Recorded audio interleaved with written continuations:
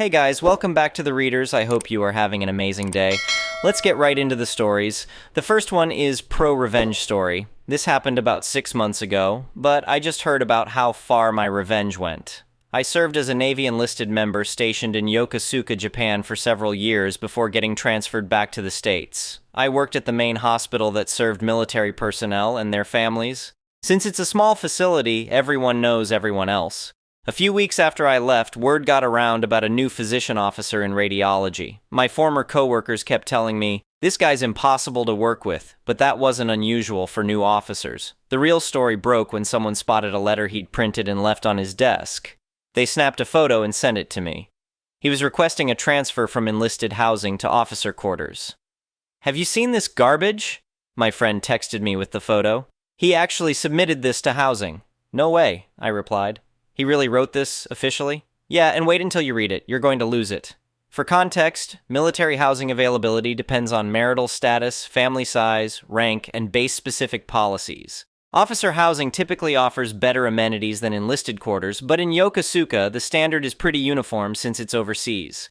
The housing consists of apartment buildings called towers, like Fuji Tower. Out of 9 towers, only 2 are designated for officers since enlisted personnel significantly outnumber them. When getting stationed, service members must apply for either on-base or off-base housing before arrival. If you're late applying or space is limited, you get assigned wherever there's room. That's how this officer ended up in an enlisted tower. Many officers before him had been placed in enlisted housing without complaint. His letter read, and yes, this guy has a PhD.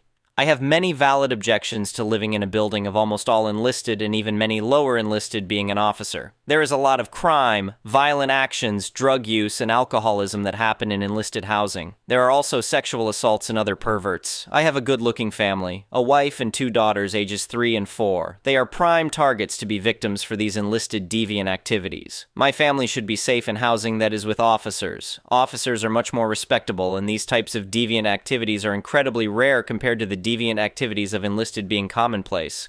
Other officer families will not want to visit us because our family lives in enlisted housing. My children need to make friends with other officer children. My wife needs to make friends with other officers' wives. I need to make friends with other officers. Forcing an officer to live in a large apartment building with almost all enlisted is unethical."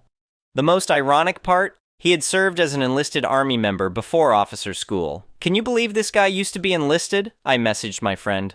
"The nerve of this dude," she responded. "Everyone here is furious." Since I was separating soon, I decided to have some fun.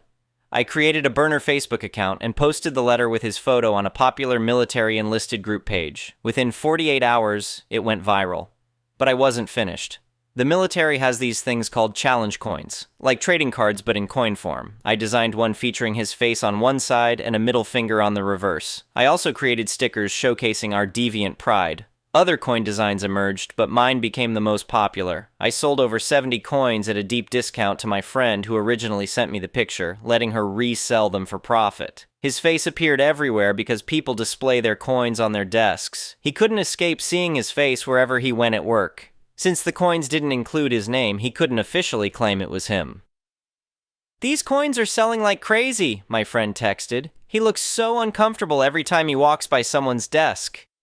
I expanded sales stateside and even shipped some to Europe, earning about $3,000 overall. The story got picked up by the online naval newspaper and 2 popular YouTube channels. In the military, higher-ups only pay attention when something's too big to ignore. This reached that level fast. The officer faced captain's mast, essentially Navy court. He tried claiming his wife wrote the letter, but that backfired when her writing samples proved even worse. She attempted to take the blame, saying, "I wrote it because I was concerned for our children." But no one bought it. They both disappeared from social media. He received 3 UCMJ articles for his offenses. The consequences didn't stop there. In the military, you have time limits to achieve certain ranks. Miss promotion and you're out. His UCMJ articles made him ineligible for promotion, leading to involuntary separation. Here's the best part. The officer program had paid for his PhD, which came with a 10-year service commitment. Leave before completing those years, and you repay the education costs. So he lost his job, and now owes the military for his PhD. While waiting for transfer paperwork back stateside, he faced complete social isolation, as nobody would work with him. A hilarious detail. The hatchet became our symbol of enlisted deviance, because in his letter, He claimed two gangs were attacking each other with hatchets and other weapons at an enlisted housing unit. The next one is an entitled People story. 3 years ago, my wife and I finally saved enough to buy our dream home in what we thought was a nice, quiet neighborhood. The house had everything we wanted: good schools nearby for our kids, a spacious backyard, and enough room for our growing family. The only downside was the HOA, but the previous owners assured us they were reasonable and mostly focused on keeping property values up. For the first year, everything was fine. We paid our dues on time, followed the rules about trash cans and lawn maintenance, and generally kept to ourselves.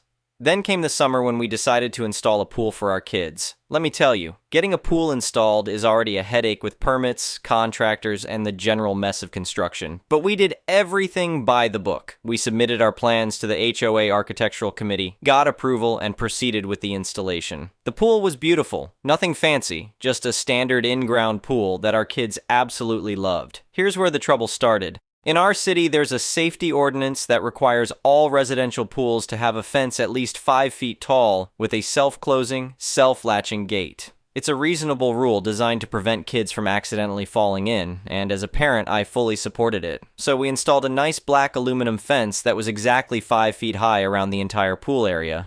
2 weeks after the fence went up, I got a letter from the HOA. Dear homeowner, it has come to our attention that your recently installed pool fence violates HOA regulations, which state that all fences must be no taller than 4 feet. You are hereby required to remove and replace the fence within 30 days or face a fine of $100 per day until compliance is achieved.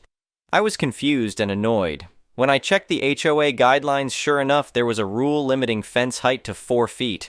But city ordinance required 5 feet for pool safety. I thought this would be a simple fix. Surely the HOA would understand that we were following city law. I called the HOA president, a woman I'll just call Miss President. She had been running the HOA for about 15 years from what I heard from neighbors.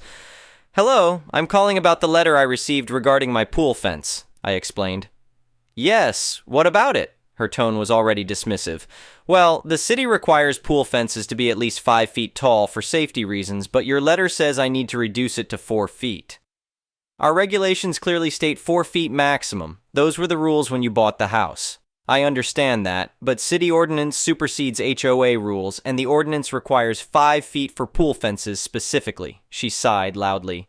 Everyone wants exceptions. If we make one for you, we'll have to make them for everyone. The rules are the rules.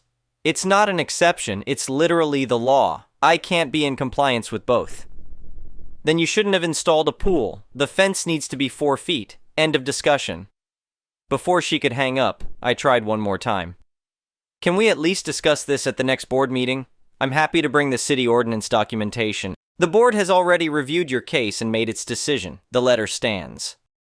I was stunned. They had reviewed my case without even talking to me. That night, I did more research and found that not only was the 5-foot requirement a city law, but state law also had similar requirements. I drafted a polite but firm response to the HOA explaining the legal situation and requesting that they reconsider. Their response came a week later, another violation notice, this time with a $500 administrative fee added on for repeated non-compliance.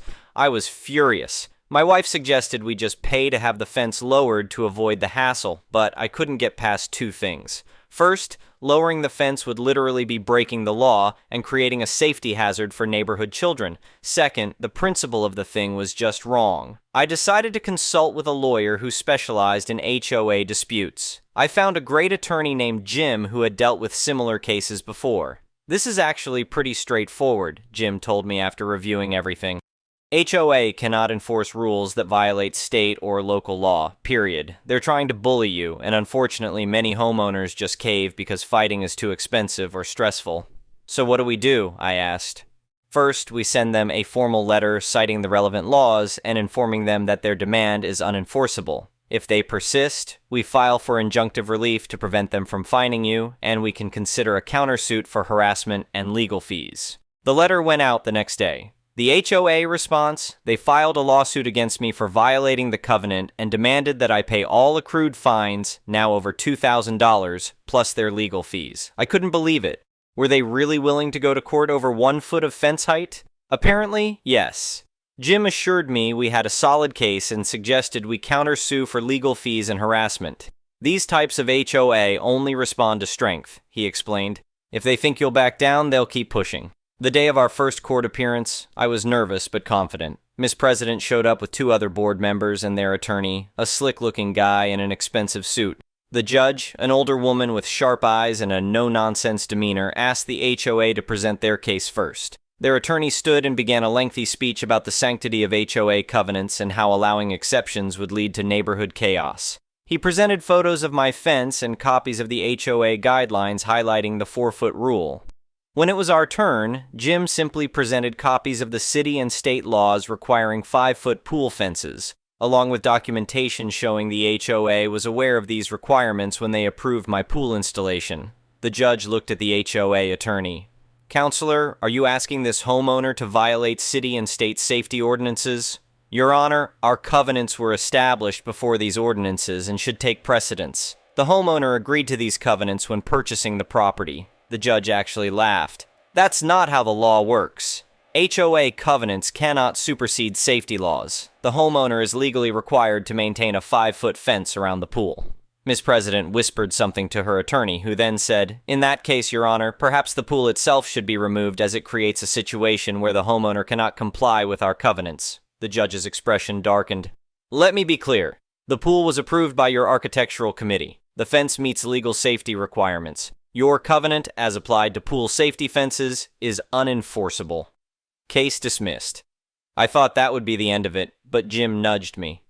"What about our countersuit, Your Honor?" The judge nodded. "Yes, let's proceed with that."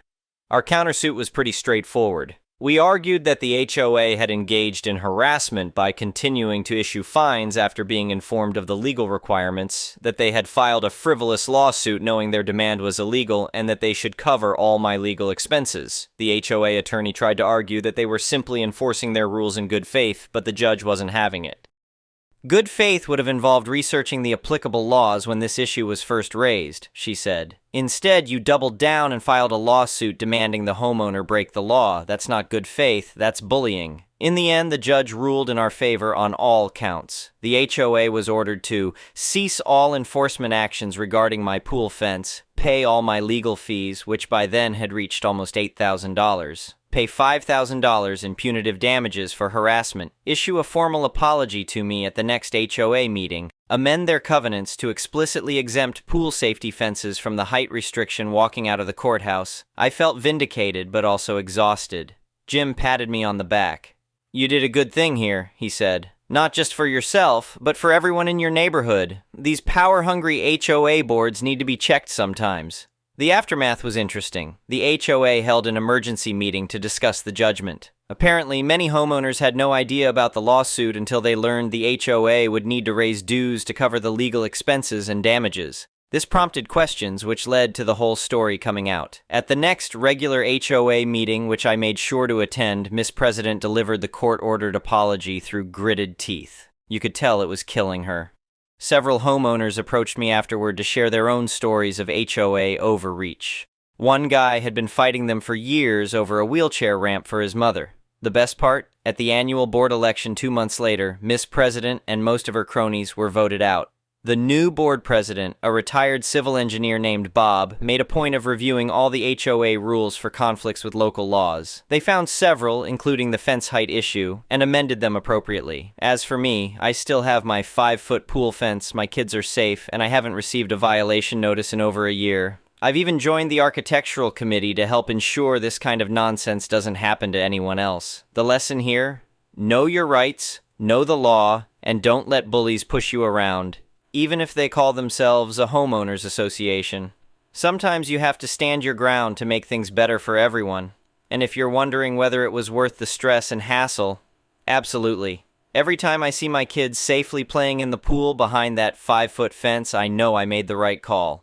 The next one is a malicious compliance story. I worked at a restaurant. We had a front salad bar, a buffet with a salad bar, as well as things like a juice bar, an ice cream counter, and a small alcohol room with a bar. It was so popular and also a bit expensive, but somehow so underpaid, understaffed, and poorly managed. Jenny is the daughter and the only child of the owners of the restaurant. She's extremely spoiled. She almost always gets her way, and she has a temper where she will get pissed off and just lay into the person for an hour straight. She used to come in screaming at everyone for nothing and made racist or nasty jokes. She'd pushed people to come in sick, then ask why they were so slow. Just the typical manager from hell. Marco, one of the kitchen managers, is the son of a family friend and a beloved member of the community. His management consisted of micromanaging, criticizing our work, blaming random people for things, giving extreme time constraints for tasks, encouraging everyone to smile, and going around asking people, while they were in the middle of working their 3 jobs, when they wanted to come in the next day, or if they'd like to cover a shift on Saturday or whatever. He would forget to do things and then blame other people.